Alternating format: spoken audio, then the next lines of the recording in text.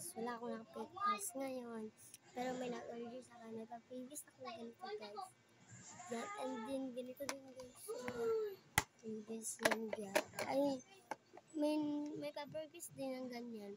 Pero, sige. Ito, tatlong, yan.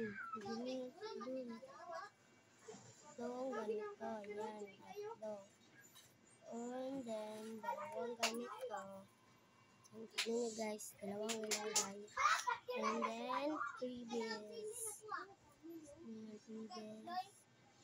Yan guys. Tatlong previous.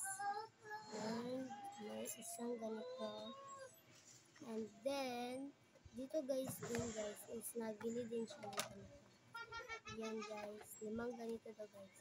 1, 2, 3, 4, 5. Yan guys, 5 na guys. And bigyan ko din siya ng ganitong heart. 3. Yan guys. Yan. Ayan lang lahat guys. Ano natin ito guys.